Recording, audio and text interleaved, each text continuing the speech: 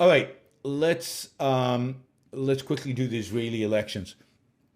So Israel held elections, the fifth elections in like a year, 2 years, something like that. Ridiculous. They keep having elections. They couldn't form a coalition, but this election looks like it's pretty definitive. It looks like Netanyahu, the longest serving prime minister in Israeli history, will be able to form a coalition. He looks like he'll actually have a fairly strong coalition of 65, I think, very committed votes to him. It's going to be the most religious government in Israeli history. It will be the most right-wing government, not in the economic sense at all, but in the nationalist, religious, anti-individual liberty sense that Israel has ever had. Indeed, it's hard to imagine a government worse than what Israel is going to get now. I have never been a fan of Bibi's. I thought he has always been a compromising, weak, power luster. He gives a great speech in English, best speeches ever. Bibi speeches at the UN, Bibi speeches in front of Congress, Bibi speeches on American television. He's fantastic in English. He's horrible in Hebrew.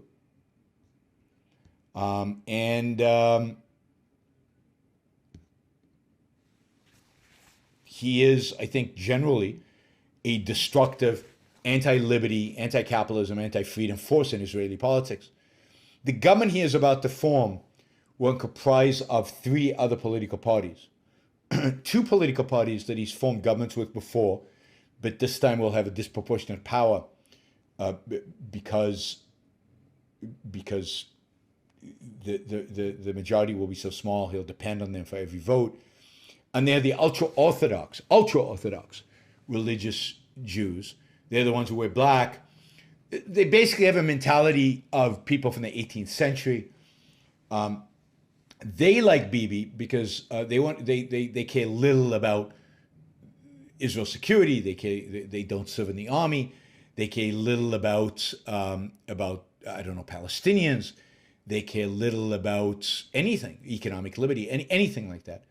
The only thing they care about is that they want to make sure that young people, their ultra-orthodox religious young people, don't serve in the military. That everybody else is forced into a draft. They want to make sure that their kids are not. That they are allowed to go and study and pray in the yeshiva instead.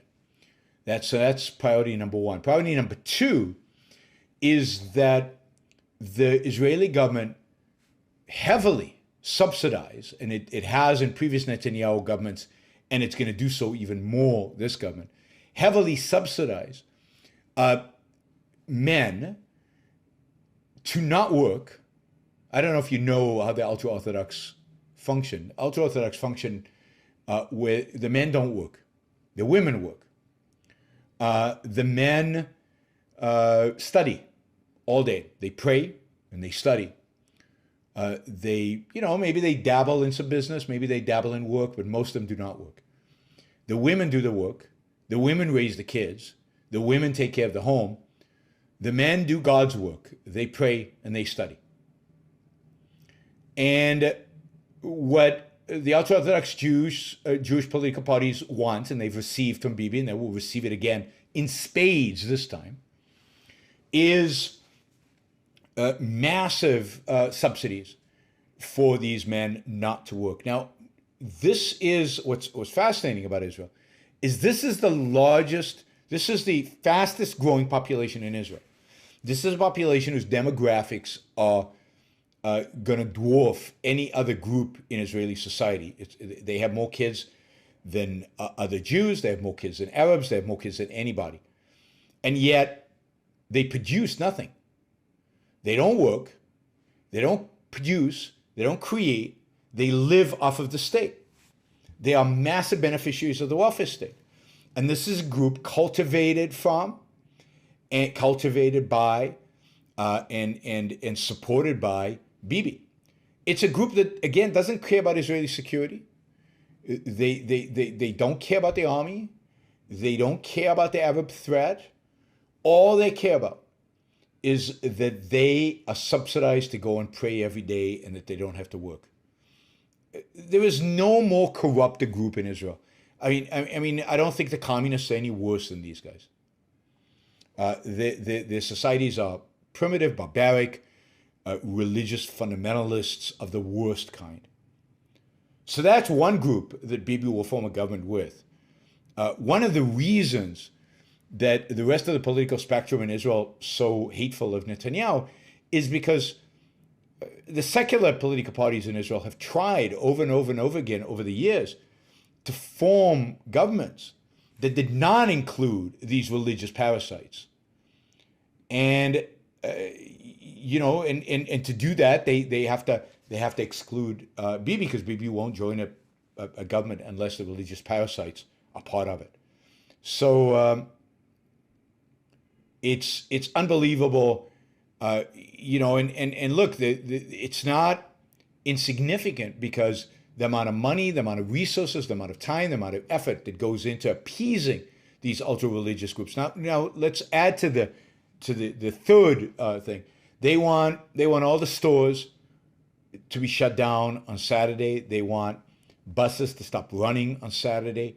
These are communities that if you drive nearby their streets, they will stone you. They will throw stones at your car. They want to control much of kind of civil marriage laws in Israel. They are massive violators of individual rights, massive imposers. I mean, Israel is closer to being theocratic than at every point in time in the past, because Bibi won.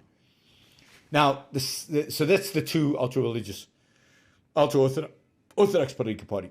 The other political party, the third political party, that won an amazing anywhere between 13 to 15 mandates, is a political party called Religious Zionism. This is a political party that's composed of a number of different smaller political parties, all on the religious right, not ultra-Orthodox. These are more like Orthodox Jews, yarmulke wearing, still religious, and more like, in terms of their religiosity, more like Ben Shapiro. But these are, not all of them, but there's elements within this political party. The elements within the political party that are explicit racists, haters of Arabs, they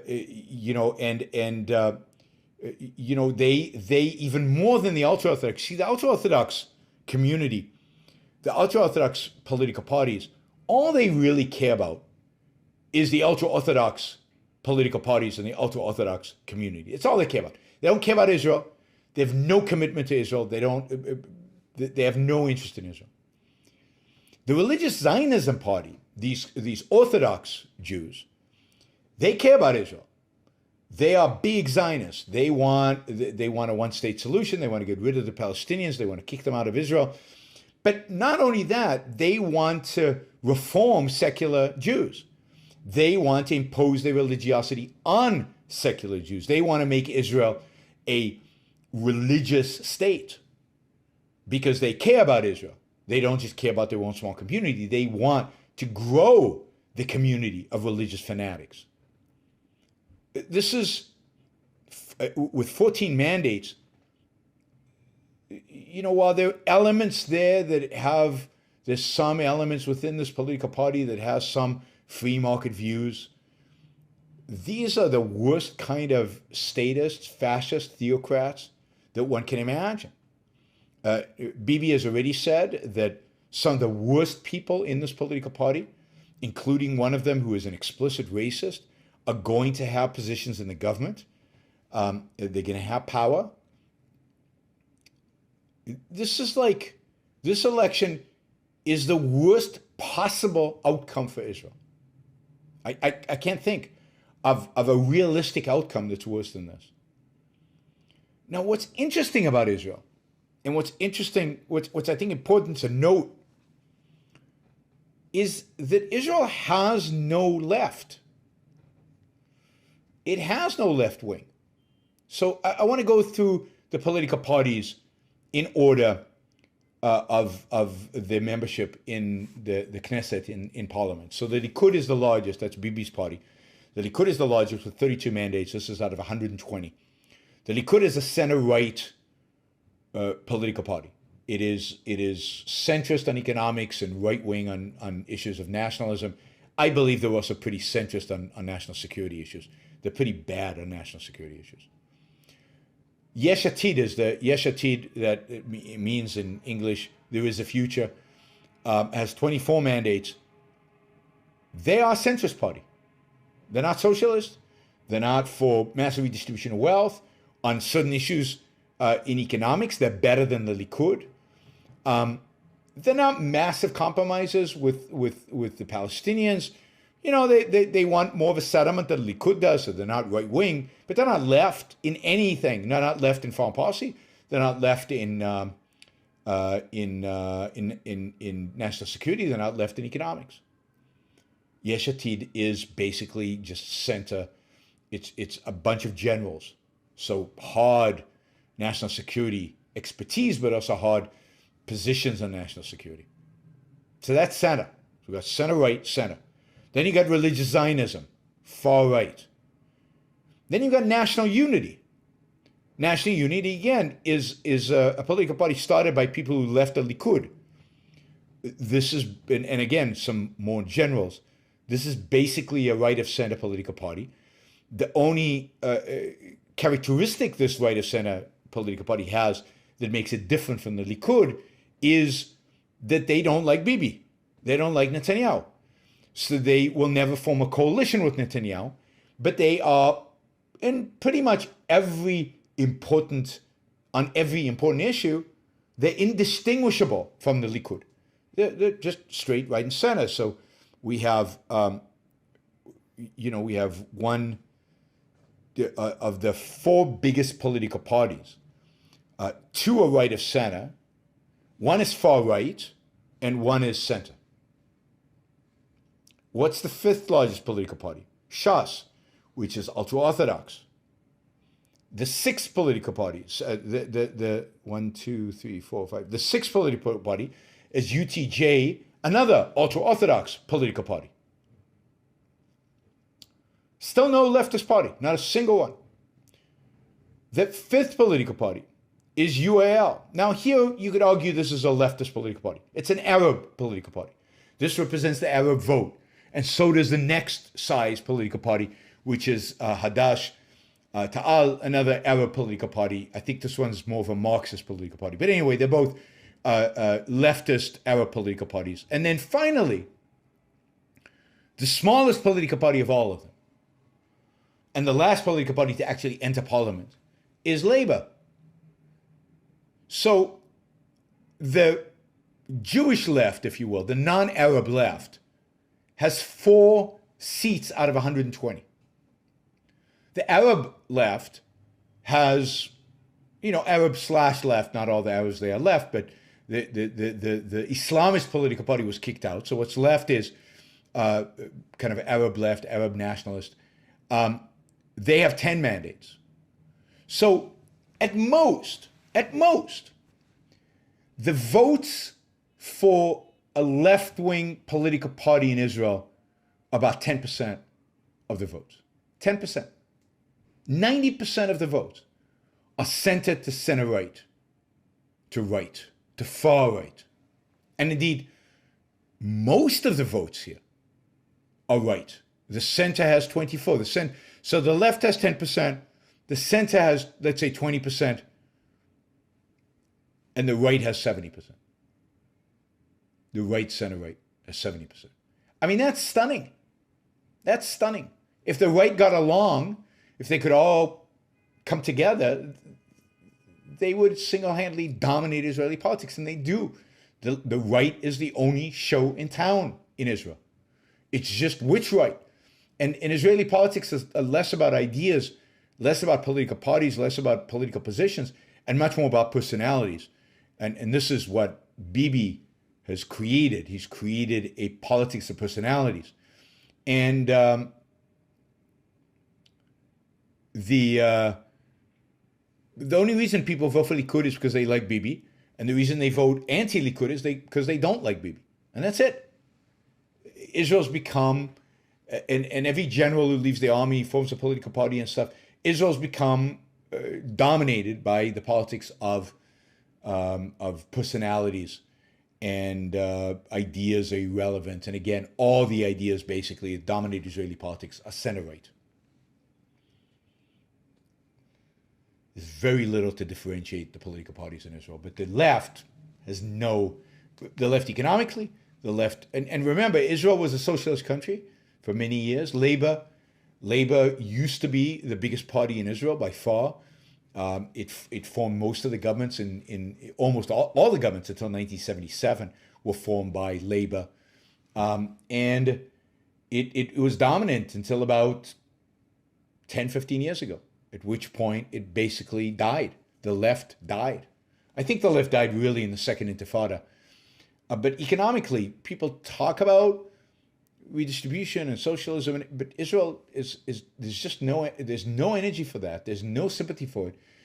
Israel is in every really topic a center-right country, and but it's not even close. No other country I know in the world has such a dominance of a particular worldview. Interesting. Thank you for listening or watching the Yaron Brook Show. If you'd like to support the show, we make it as easy as possible for you to trade with me. You get value from listening. You get value from watching. Show your appreciation. You can do that by going to yaronbrookshow.com/support, by going to Patreon, Subscribestar, Locals, and just making a appropriate contribution on any one of those channels. Also, if you'd like to see the Yaron Brook Show grow, please consider sharing our content, and of course, subscribe. Press that little bell button right down there on YouTube so that you get an announcement when we go live. And for those of you who are already subscribers and those of you who are already supporters of the show, thank you. I very much appreciate it.